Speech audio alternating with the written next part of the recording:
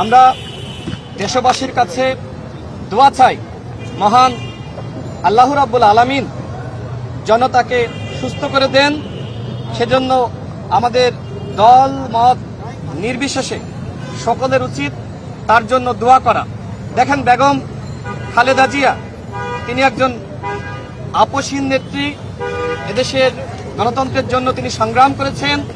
তিনি স্বাধীনতা সার্বভৌমত্বের প্রতীক।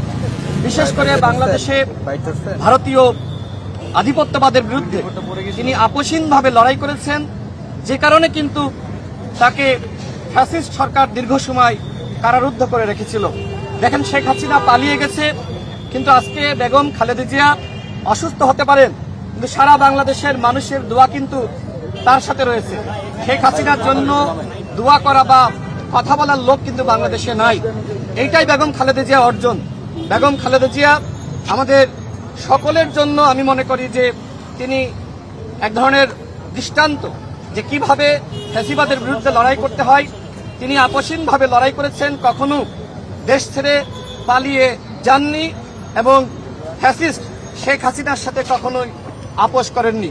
সেই মানুষটি আজকে হাসপাতালের বিছানায়। আমাদের দলের পক্ষ থেকে বিভিন্ন জায়গায় দোয়ার আয়োজন করা হয়েছে।